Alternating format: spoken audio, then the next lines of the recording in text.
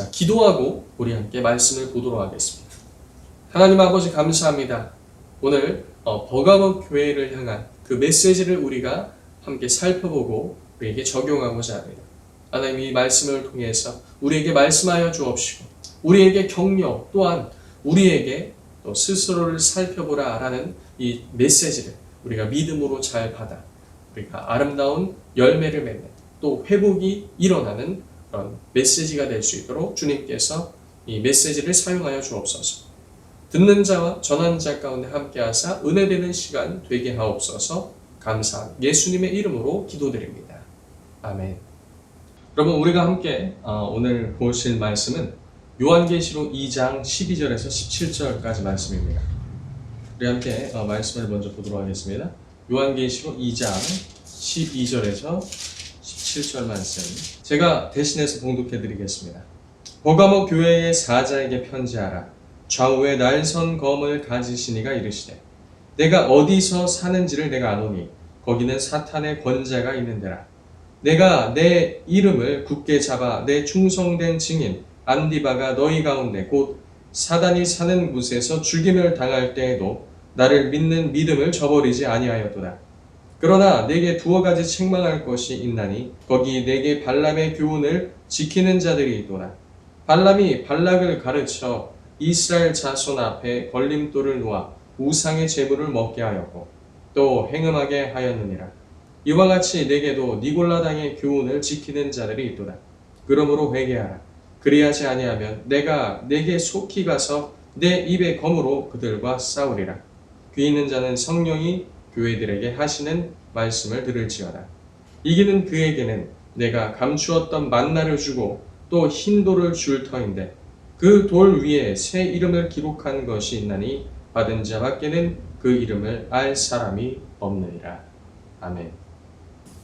오늘은 버가모 교회의 사자에게 편지하라 라는 제목으로 여러분들과 함께 은혜를 나누고자 합니다. 반갑습니다 여러분. 오늘 이 자리에 여러분들과 함께 은혜를 나눌 수 있게 되어 얼마나 기쁜지 모르겠습니다. 오늘 초대교회들에게 주신 이 메시지를 살펴보면서 우리 개인과 가정, 각자가 속해 있는 교회, 그리고 IM 선교회를 비롯하여 더 나아가 한국교회가 나아갈 방향성에 대해서도 함께 생각해 보았으면 합니다. 초대 7교회에게 주신 말씀은 당시 초대교회뿐만 아니라 어느 특정 교회를 향한 메시지일 뿐만 아니라 당시 교회들 전체를 향한 메시지였고 또한 오늘날을 살고 있는 우리를 향한 메시지로도 적용이 되기 때문입니다. 오늘 이 메시지를 제대로 이해하려면 당시 버가모 교회의 상황이 어떤지를 잘 알아야 합니다. 먼저 12절에 보시면 예수님께서 버가모의 사자에게 편지하라 라고 말씀을 하십니다. 자신의 모습을 그러면서 이렇게 소개하죠. 좌우에 날선 검을 가지시니가 이르시되 예수님께서는 좌우에 날선 검을 가지고 계신 이라고 자신을 소개합니다. 예수님께서는 각 지역 교회들에게 서신을 보낼 때마다 각기 다른 모습으로 자신을 나타내셨습니다. 예수님에 대한 개인 묘사는 그 도시의 특성과 밀접하게 연관되어 있음을 알 수 있습니다. 우리 앞장으로 한 장 넘어와서요. 1장 11절부터 16절까지 함께 보도록 하겠습니다. 이르시되 내가 보는 것을 두루마리에 써서 에베소, 서머나, 버가모, 두아디랴, 사데, 빌라델비아, 라오디게아 등 7교회에게 보내라 하시기로 몸을 돌이켜 나에게 말한 음성을 알아보려고 돌이킬 때에 7 급초대를 보았는데 촛대 사이에 인자 같은 이가 발을 끌리는 옷을 입고 가슴에 띠를 띠고 그의 머리와 털의 희기가 흰 양털 같고 눈 같으며 그의 눈은 불꽃 같고 그의 발은 풀무불에 단련한 빛난 주석과 같고 그의 음성은 많은 물소리와 같고 그의 오른손에 7뼈리 있고 그의 입에서 좌우에 날선 검이 나오고 그 얼굴은 해가 힘있게 비치는 것 같더라. 자, 이 말씀 중에 16절을 보시면 그의 오른손에는 7뼈리 있고 그 입에서 좌우에 날선 검이 나오고 그 얼굴은 해가 힘있게 비치는 것 같더라 라고 말합니다. 16절에 좌우의 날성검이 나오는데요. 예수님의 입에서 좌우의 날성검이 나온다.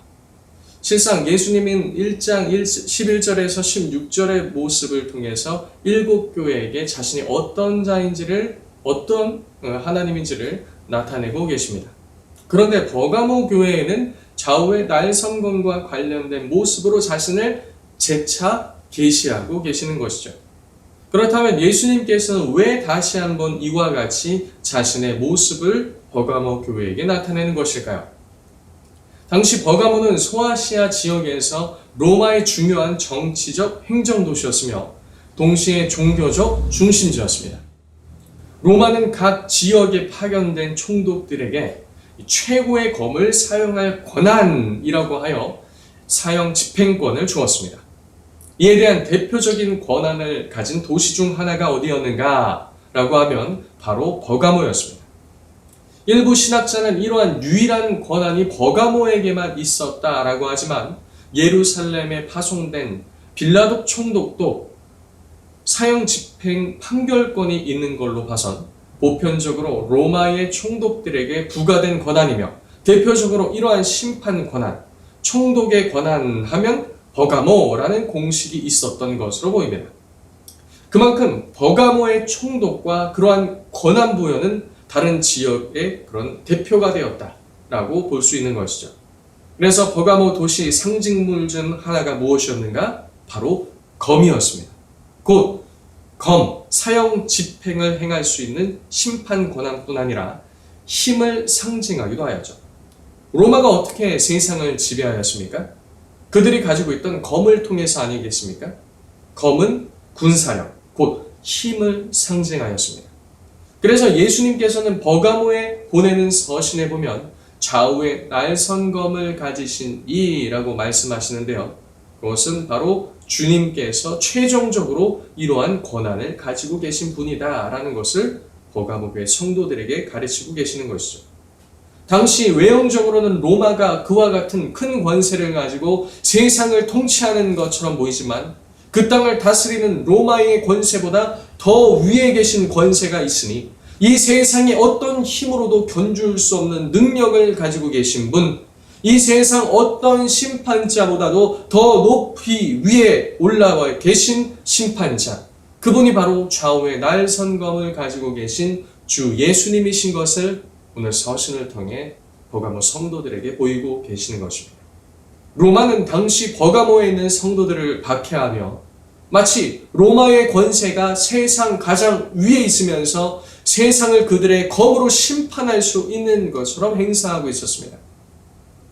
표면적으로는 그렇게 보일지 모르겠으나 실상 그보다 더 위에 계시며 모든 것을 심판하실 수 있는 분이 누구신가를 오늘 본문은 잘 보여주고 있는 것입니다.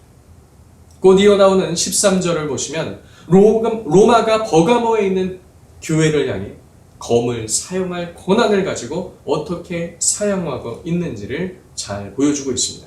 우리 13절 함께 보실까요? 내가 어디에 사는지를 내가 아노니 거기는 사탄의 권세가 있는 데라. 내가 내 이름을 굳게 잡아서 내 충성된 증인 안디바가 너희 가운데 곧 사탄이 사는 곳에서 죽임을 당할 때에도 나를 믿는 믿음을 저버리지 아니하였도다. 내 충성된 증인 안디바가 너희 가운데 곧 사탄이 사는 곳에서 죽임을 당했다라고 말합니다. 내 충성된 증인, 바로 예수님의 충성된 종, 만왕의 왕이신 바로 심판주의 심판주 대신 예수님의 충성된 종 안디바가 죽었다고 말합니다. 버가모 총독을 비롯한 행정관리들은 자신들이 지금 무슨 일을 하는지 알지 못하면서 이런 일을 저지르고 있는 것이죠. 그들은 누구의 종을 죽이는지를 깨닫지 못하고 있습니다. 당시 로마인들을 처벌하는 것은 매우 위험한 일이었습니다. 더구나 로마인은 죽이는 것은 더욱더 위험한 일이었죠. 왜냐하면 함부로 로마인을 짓밟는다는 것은 로마의 권위에 대한 도전이며 그에 대한 심판으로 로마군이 그들을 완전히 짓밟을 것이기 때문에 그랬습니다. 그것이 로마의 권세이고 또 로마 시민권자의 권세였습니다. 그런데 로마는 지금 자신들이 무슨 일을 하는지 알지 못한 채 버가모에 있는 안디바를 죽이는 일을 벌이는 것이죠. 좌우에 날선검을 가지신 이에 충성된 종을 자신들이 가지고 있는 그 가냘픈 검의 권세로서 죽인 것입니다. 이 부분은 오늘 설교 뒷부분에 또 다시 다루도록 하겠습니다. 자, 그렇다면 안디바는 왜 죽임을 당한 것일까요? 버가모는 소아시아에서 로마의 통치를 위해 황제 숭배를 위한 이 신전을 건립한 최초의 도시였습니다. 황제 숭배를 수행하는 전 지역에 으뜸이 되는 도시였죠. 다시 말하면 황제 숭배를 리드하는 도시라고 할 수 있습니다. 버가모는 황제 숭배를 위해 헌정된 신전의 그런 신전 관리인을 자치하며 스스로를 자랑스럽게 생각했습니다. 로마 황제도 로마 통치를 하기 위한 수단으로 황제 숭배를 권장하였는데요. 이 최선봉에 버가모가 있으니 버가모에게 주어진 혜택은 다른 어느 지역에 비해서 많이 보장되고 있었다라고 할 수 있을 것입니다. 그래서 버가모에 사는 사람들은 이러한 특권을 유지하기 위해 많은 애를 썼을 것입니다. 버가모인들은 이 헬라어로 하면 퀴리오스라고 하는데요. 오직 우리의 퀴리오스는 황제밖에 없다라는 것이죠. 그런데 이것을 거부하는 무리가 있었습니다. 어떤 무리였을까요? 그렇습니다. 바로 그리스도인들이었죠. 그리스도인들은 누구만을 퀴리오스라고 고백합니까? 오직 예수님만이 그들의 주라고 고백하는 것 아니겠습니까? 당시 황제 숭배로 최고의 경제적인 혜택과 세금의 혜택과 군사적인 혜택 등 기타 다양한 혜택을 누리고 있는데 황제 숭배를 반대하면 어떤 일이 발생되겠습니까? 그 도시의 일부 사람들이 황제 숭배에 대한 반대한다는 소문이 돌거나 그런 이야기가 만일 이 황제의 귀에까지 들어가기라도 한다면 어떻게 되겠습니까? 그리고 이러한 이야기를 주변 도시들에서 적극적으로 기다리고 있다가 홍보하지 않겠습니까? 버가모가 황제 숭배를 배신했다. 이제 그들이 가지고 있는 여러 혜택들을 걷어가야 한다. 우리가 더욱더 황제 숭배에 열심을 내고 있으니 우리 도시가 더욱 황제 숭배에 열심을 내고 있으니 우리에게 그 혜택을 주소서라고 말입니다.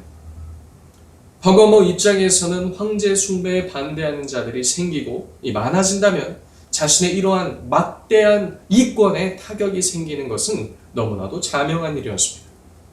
도시 차원에서 큰 타격을 입게 되는 것이죠.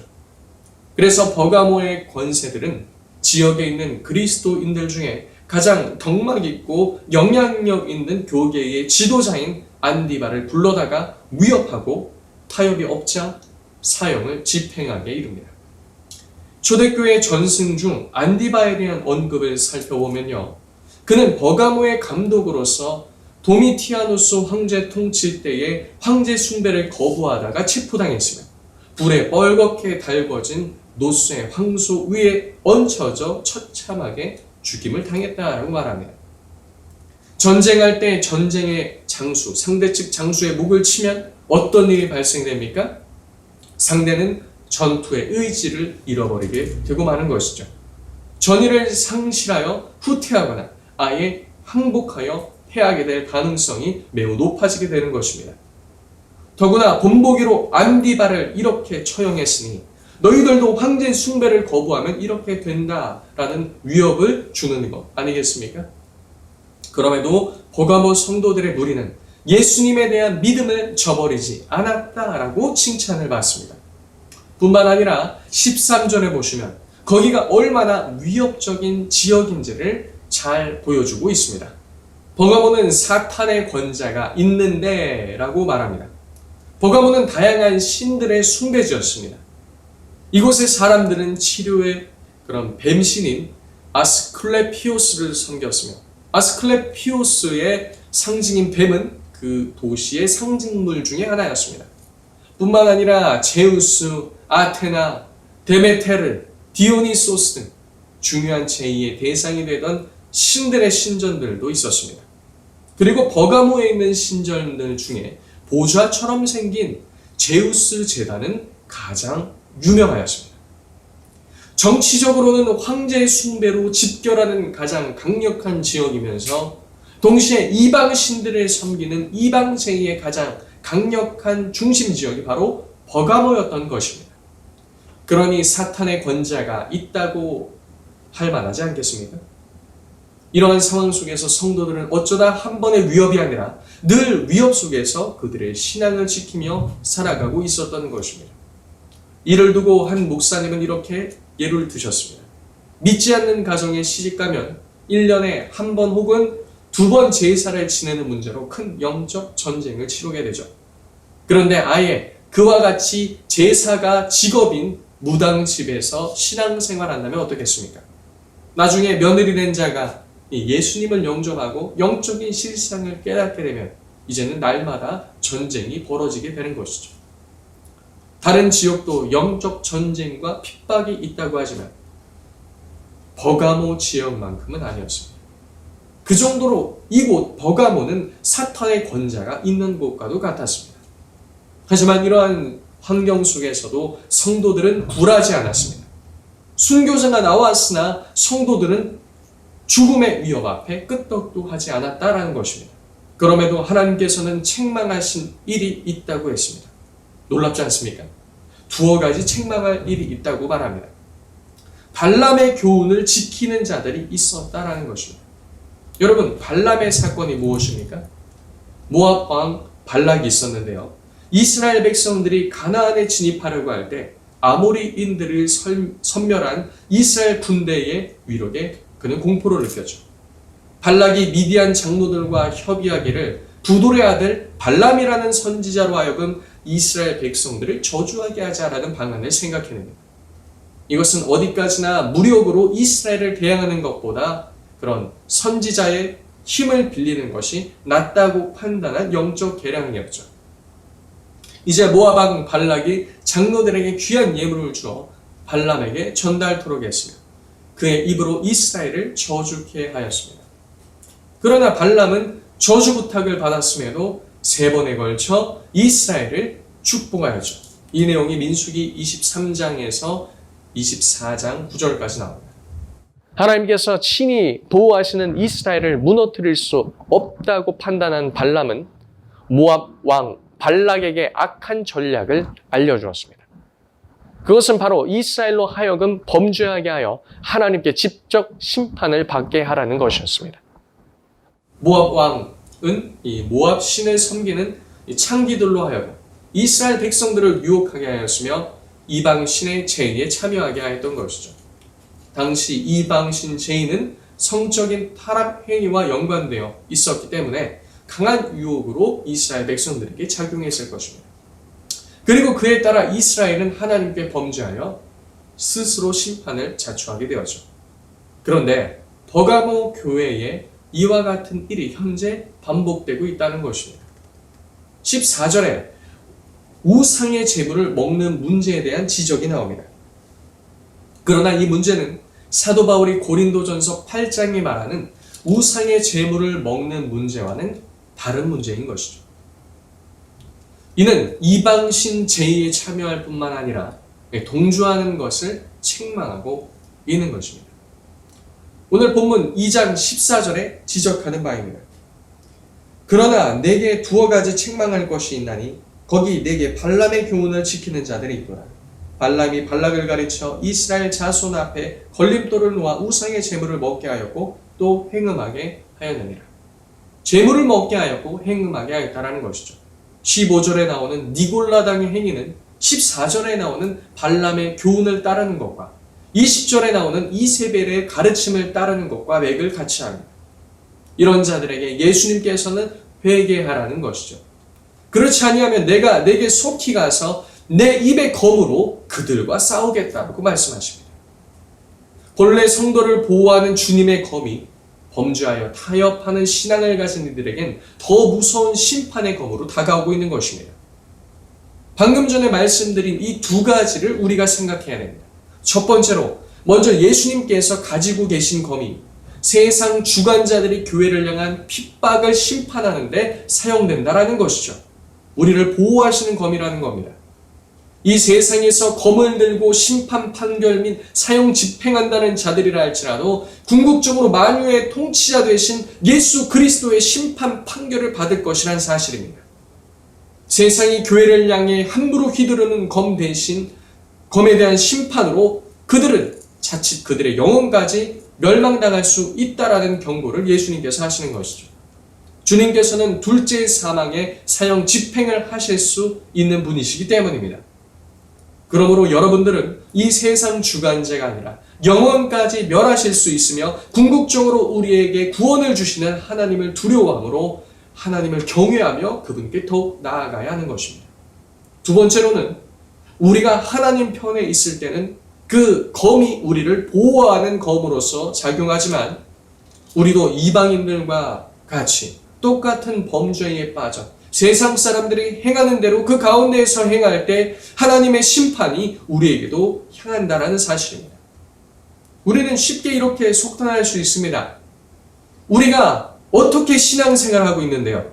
우리는 순교자의 신앙이 흐르는 그런 교회에 소속되어 있습니다. 그런 교단에 소속되어 있습니다. 우리는 신앙을 지키며 핍박받는 위치에 있는 사람들입니다. 우리는 고난과 핍박 속에서도 믿음을 지키고 있습니다. 우리는 좋은 신앙의 유산을 가지고 있습니다. 우리는 그 많은 핍박 가운데서도 믿음이 흔들리지 않고 목숨까지도 내어놓았습니다. 그 중에 대표적으로 우리에게는 안디바가 있지 않습니까? 우리는 그러한 가운데 두려워하지 않고 있지 않습니까? 우린 이렇게 적용하며 생각할 수 있습니다. 우리가 어떻게 신앙생활하고 있는데요?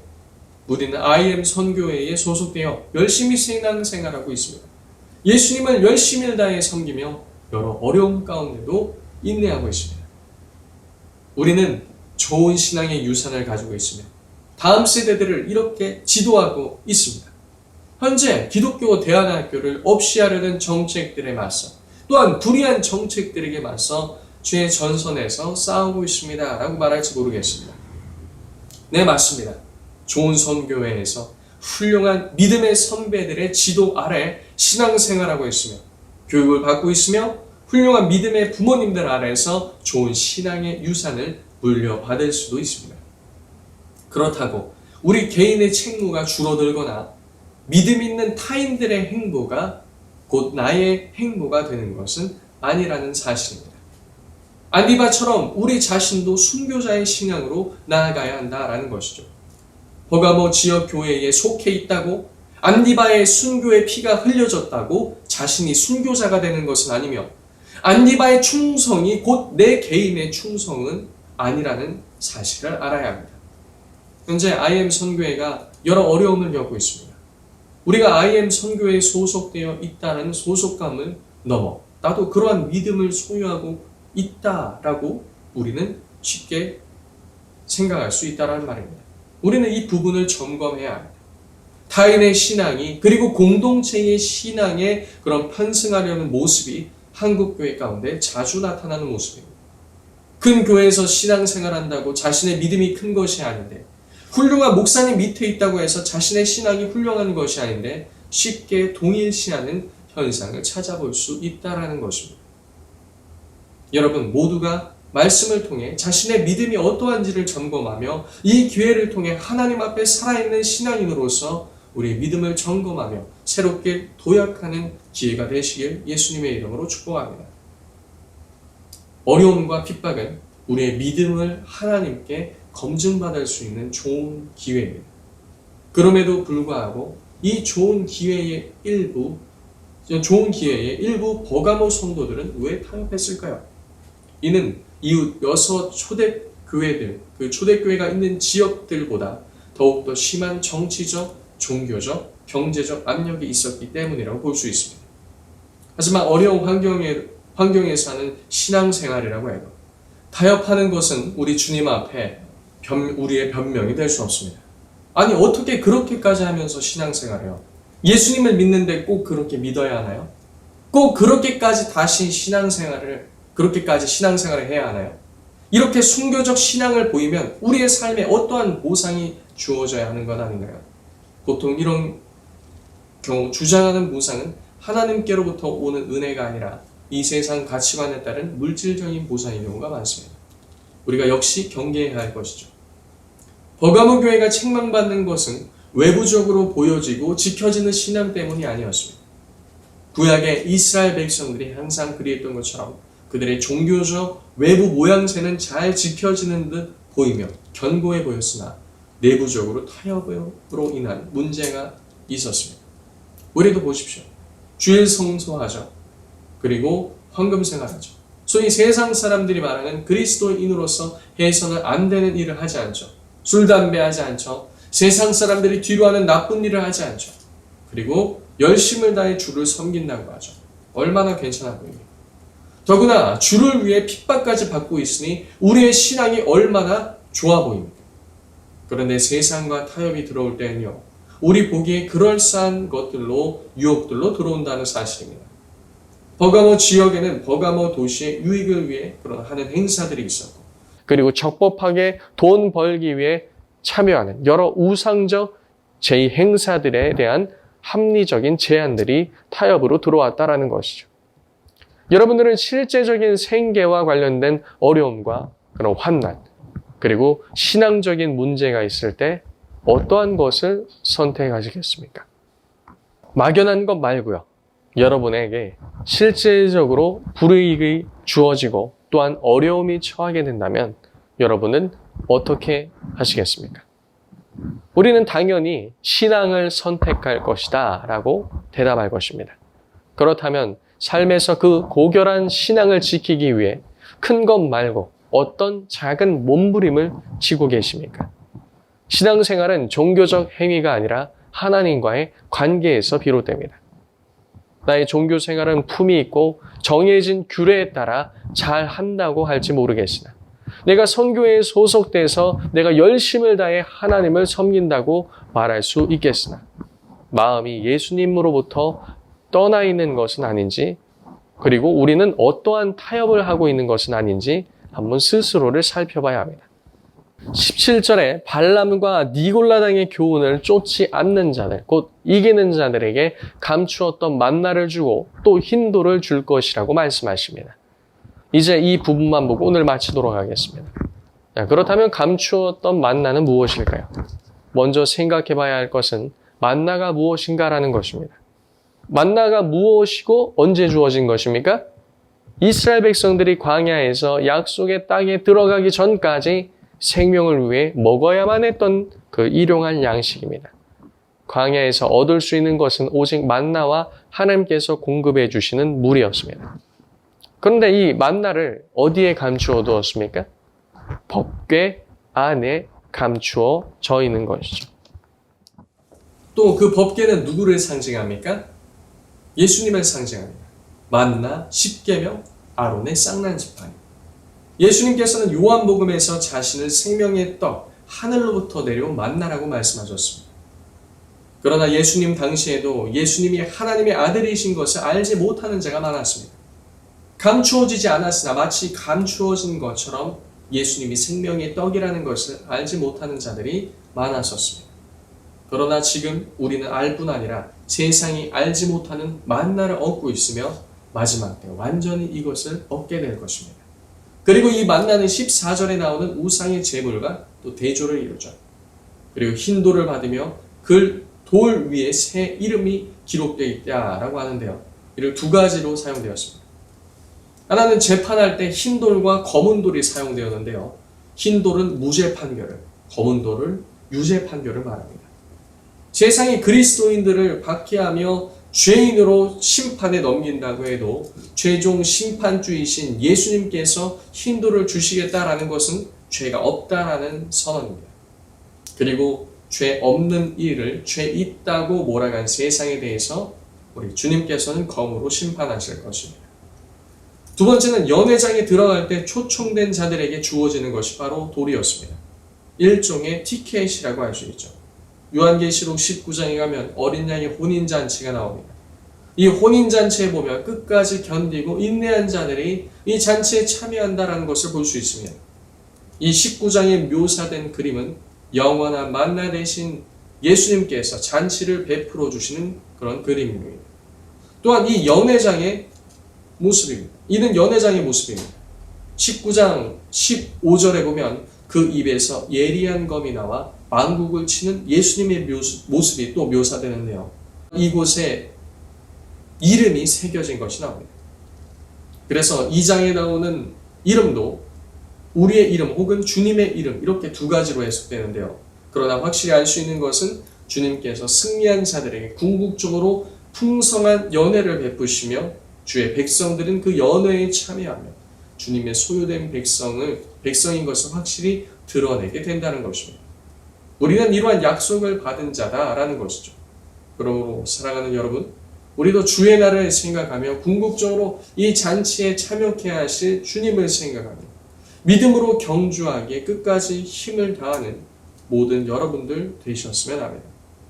우리가 처한 고난은 잠깐이나 주께서 우리에게 영원한 것을 주실 것이다 라고 약속하셨기 때문입니다. 세상은 자신들이 가지고 있는 검을 통해 여러 일들을 지향하려고 합니다. 그리고 그 권세를 가지고 하나님을 대적하는 일에 사용하죠.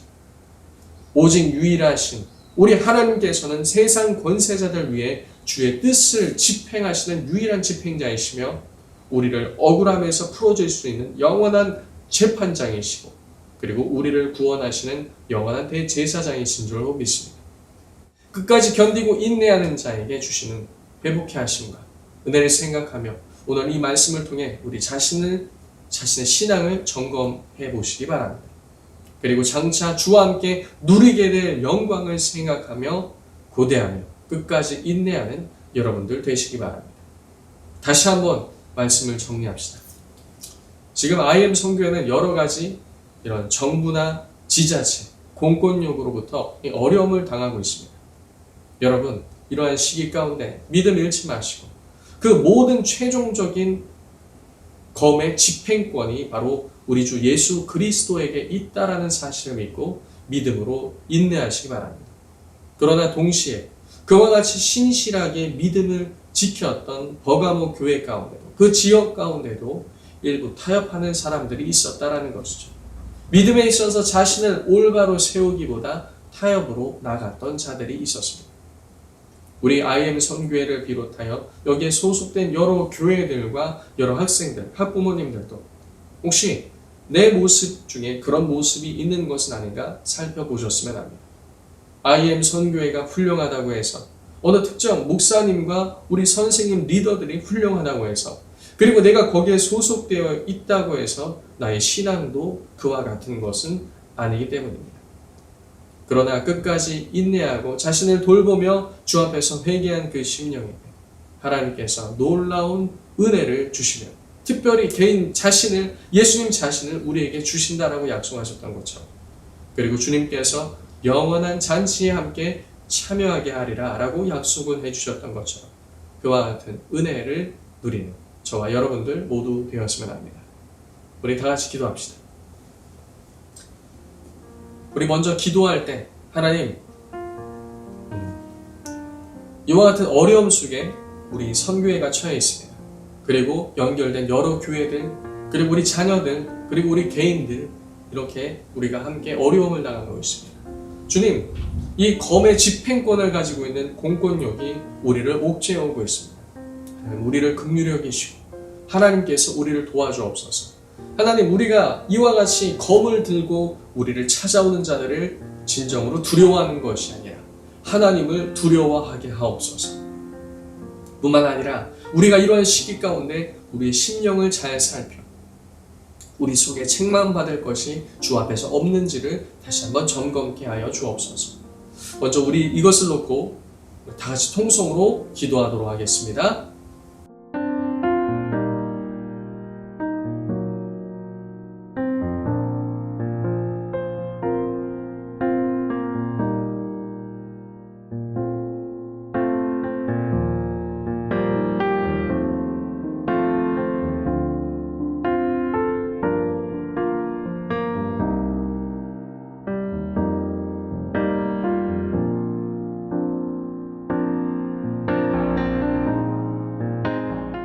자, 두 번째 기도 제목입니다. 하나님, 우리가 이런 시기 가운데 끝까지 인내하고 하나님 앞에 충성된 안디바처럼 나아가게 하여 주시오.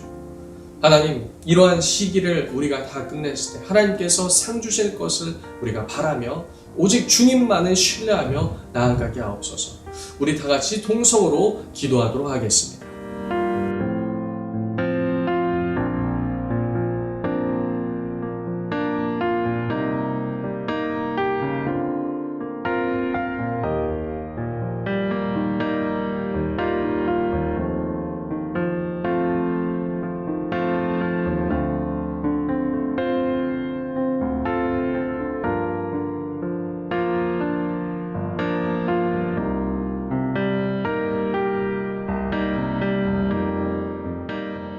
제가 이제 마무리 기도하도록 하겠습니다. 사랑과 은혜가 풍성하시는 하나님 아버지, 지금 우리가 처해 있는 모든 환경을 아시며 이 모든 이 세상 권세보다 더욱더 높이 계신 주님이라는 것을 오늘 말씀을 통해서 가르쳐 주시니 감사드립니다. 우리가 이러한 시기 가운데 우리의 신앙을 점검하며 충성된 증인 안디반처럼 우리가 나아가게 하여 주시고, 하나님, 우리의 이런 너무나도 훌륭한 공동체 가운데로 부르셨는데, 그러나 우리 개인 신앙이 곧 우리 공동체 신앙이 아니라는 것을 다시 한번 점검하며 우리의 개인 신앙이 하나님 앞에서 올바른지를 다시 한번 살펴보는 이 시간 되게 하여 주옵소서. 그리고 하나님, 이러한 시간 가운데 하나님을 신뢰하며 인내한 자들에게 주님께서 베푸실 그 놀라운 은혜들을 생각하며 장차 주실 그 놀라운 은혜들을 생각하며 우리가 끝까지 인내하고 견디는 우리 IM 성교회 소속 모든 산하교회들 그리고 모든 성도들, 모든 학생들 되게 하여 주옵소서. 주님 감사하며 예수님의 이름으로 기도드립니다. 아멘.